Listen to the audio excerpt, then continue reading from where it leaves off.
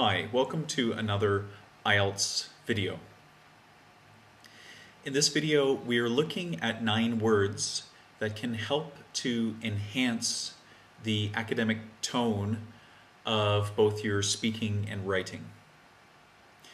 If you find this video helpful, join us at the forum IELTSnetwork.com, and for more videos like this one, visit my blog at IELTS.com. Before we get started, I want to state that there is no such thing as strict, quote-unquote, Band 9 vocabulary.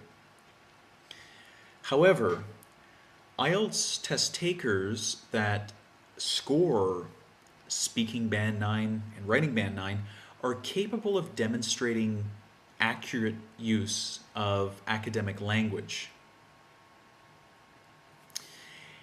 And accurate use of words similar to the following 9 words we are going to look at can help show your examiner that you are versed in a variety of English. So in this video, I'm hoping that you will see the way that these words are used. I'm going to show you exactly how you can use them in your IELTS speaking and exactly how you can use them in your IELTS writing. And I hope that you will put them into practice. So if we get to the words themselves, now I'm going to give you the academic word, and then I'm going to demonstrate specifically how you can use that word in both the IELTS speaking and in the IELTS writing. So the first word we are looking at is the word precursor. And if precursor is a new word for you, if you need a bit of review, it's here it's a noun, and it describes something that comes before something else, or that sort of grows into or becomes something else, or leads to something else.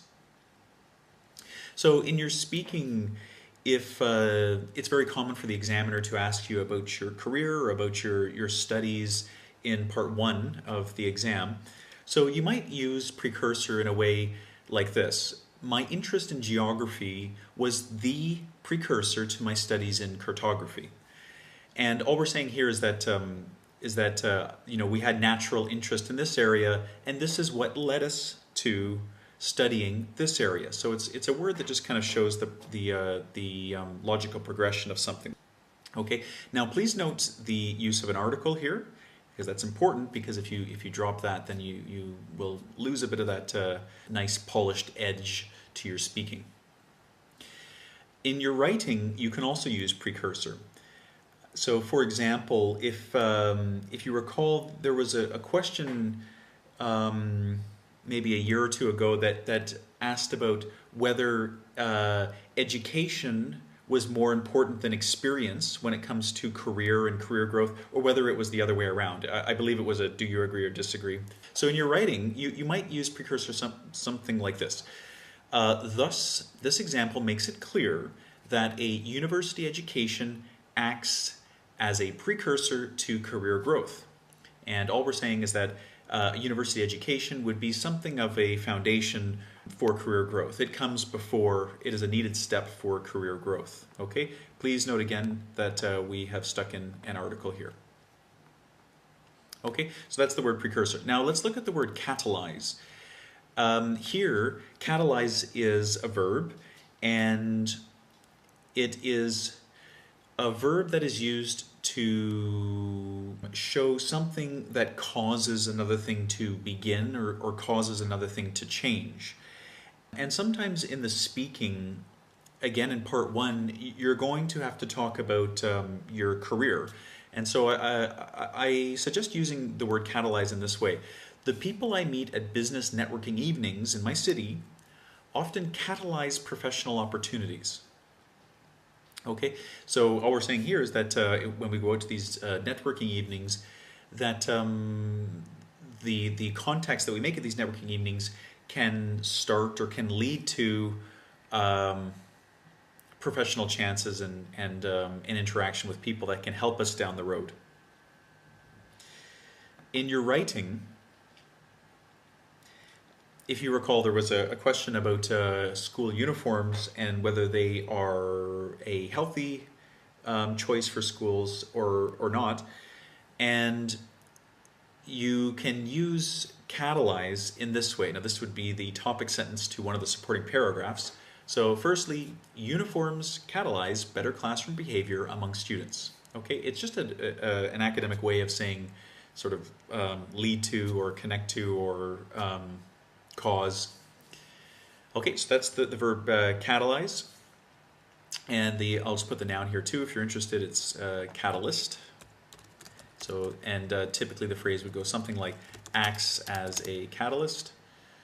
Okay, so uniforms act as a catalyst for better classroom behavior among students. Okay, word number 3 is linear. And linear is a word that we can use to describe something that moves along a straight path or is in a straight direction. So again, in part 1 of the speaking, you might be asked about what your plans are for the future. And linear is a good word to use if you are anticipating that your plans are not going to change much. So for example, my plans for the future are fairly linear. And when you say this one sentence, then the examiner knows that your meaning is that your plans are kind of in a straight, direct line. You're on a course at the moment, and you're going to continue that course. So I'm completing my undergraduate degree now, and intend to follow this with a master's. Education is, therefore, in my foreseeable future. So all you're saying is that I am educating myself now. I am planning to continue to educate myself in the future. So my plans for the future are linear. Now, obviously, this is a good word to use if you're taking the academic exam, because in writing task 1, when you're talking about trends, you might be presented a trend that exists in a straight line, or perhaps part of the overall trend exists in a straight line, and you can use linear here as well. So the trend depicted between the months of February and June shows linear growth from 20 to 75 XYZ. So there is linear growth. The growth occurs in a straight, predictable pattern. For task 2, okay, there was a question that was seen on the exam, and it was regarding whether education predetermines success. So if you have a solid education, whether this is more likely to give you a successful future. So we can use linear in this way. The progression from an educated background to a high level of business success is often linear. And this could be the topic sentence of a supporting paragraph.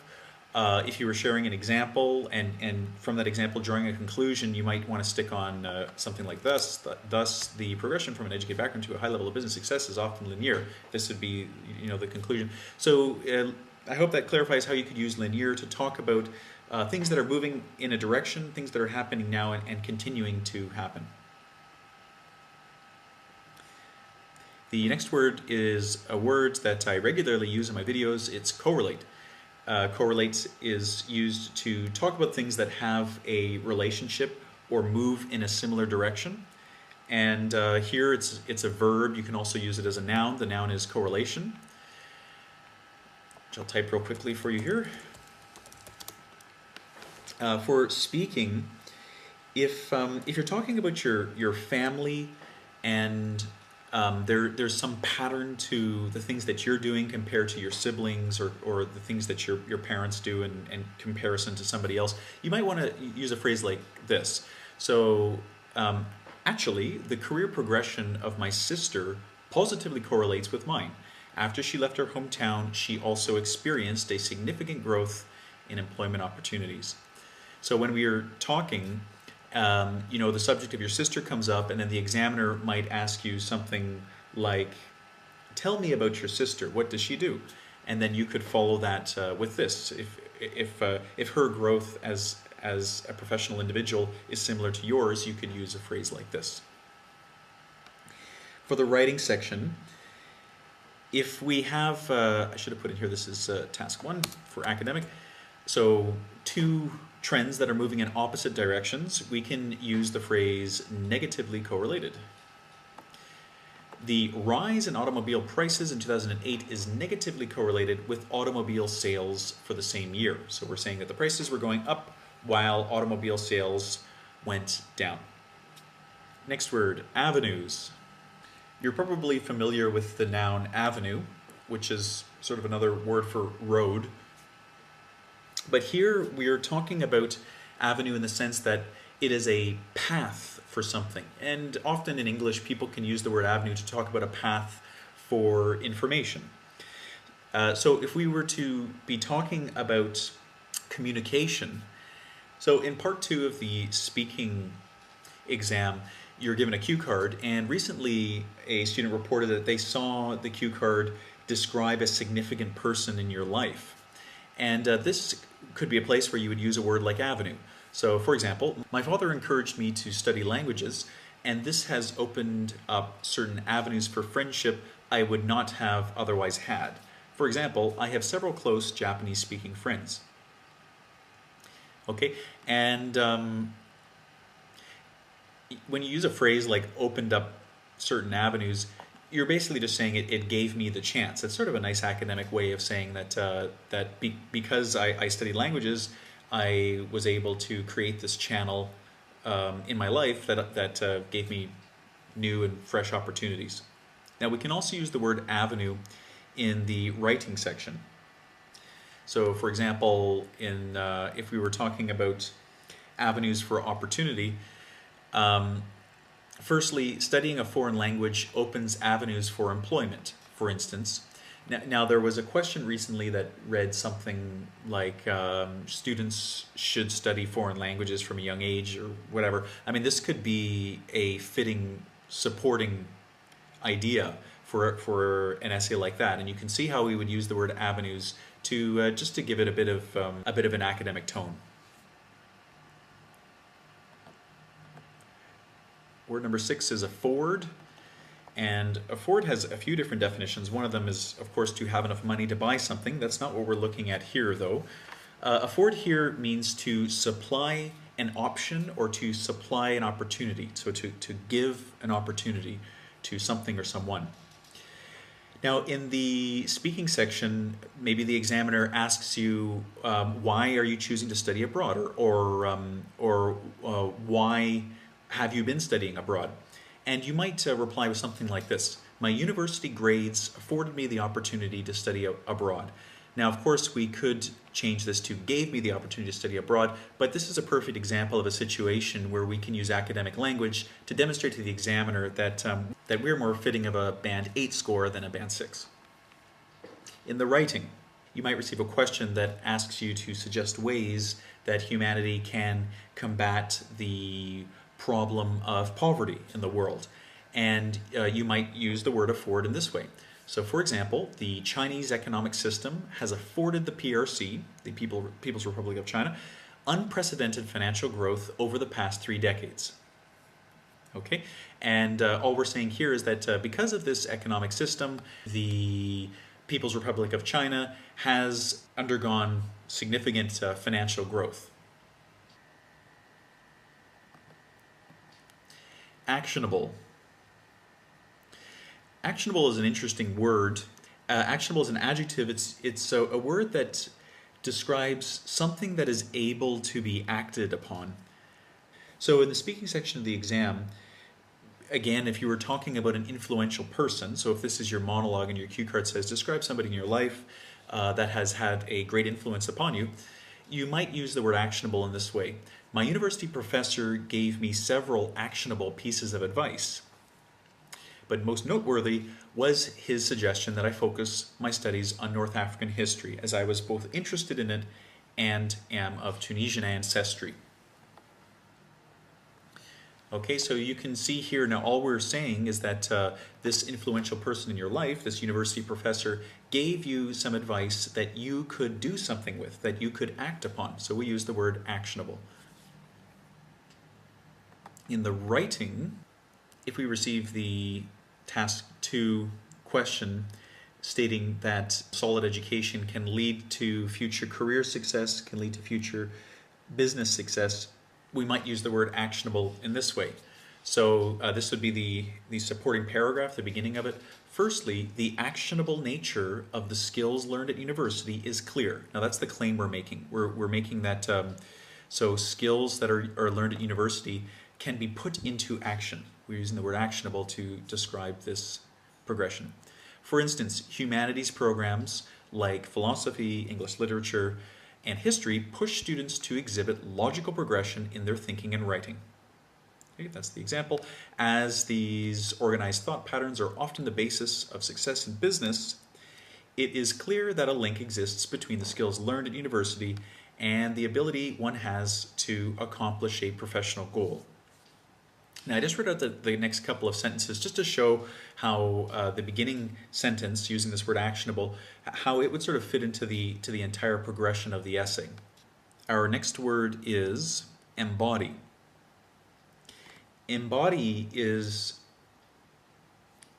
a way to describe something that provides tangible example of an idea. So in your speaking, you might be talking about your parents and about their characters and about perhaps what they do and these sorts of things. And this would be a great place to use the word embody. So my father is an embodiment, the noun version of embody, of a traditional military upbringing. He does everything by routine. Or in writing, this would be perhaps the topic sentence to one of the supporting paragraphs. Firstly, technology in the classroom has undeniable links to academic performance. The use of tablets in Korean classrooms embodies this idea perfectly. So now please note that the way that it's being used here. So in the topic sentence, we are making a claim, which is just an idea. Firstly, technology in the classroom has undeniable links to academic performance. Okay, this is just a general idea. Now we're tying this idea to something tangible in the real world. We're talking about tablets in Korean classrooms. Okay, so because we're taking this first idea and then we're tying it and showing it directly in true to life language, in a true to life example, we use the word embody. Now let's continue to the last word, fortify. Fortify is a verb. It means to make something stronger, and there are several different areas in your speaking and writing that you can use this in the IELTS. You might use fortify in this way. I'm taking courses in the evening after work to fortify my professional skills. So all we mean here is that perhaps I'm already a professional, I'm already strong in certain areas, but I want to strengthen even more. And fortify is a good word to use to describe this. So something that already has a foundation in something, but is being strengthened even further. For the writing, the word fortify can help to qualify the strength of an example. So here we have the final sentence of an essay, or the discussion sentence of an essay. Thus, the fact that successful attempts are being made by other developing countries to replicate China's growth fortifies the argument that the Chinese economic model is one that accelerates the elimination of poverty in undeveloped nations. Now let's just take the first part here. Thus, the fact that successful attempts are being made by other developing countries to replicate China's growth. That's the first half of the sentence. So other countries are using China's pattern and experiencing positive results. Now, because that's happening, this fortifies, this strengthens the argument that the Chinese economic model is one that accelerates the elimination of poverty in undeveloped nations. All we're saying is that we're arguing that the Chinese economic model is a strong one and should be replicated in other parts of the world, and this first part fortifies this position. Okay, so I hope that I didn't move too quickly through those words, but I know many of you are already familiar with these words. You just maybe want to have a look at how you can actually apply them to your IELTS. Please try your best to use these words over the coming week, and maybe even consider writing your own sentences with these words in the comment section of this YouTube video. That could be a great exercise. We could start some conversation about the words. I hope that video helps you enhance the academic tone of your speaking and writing. Thank you for listening and have a nice afternoon.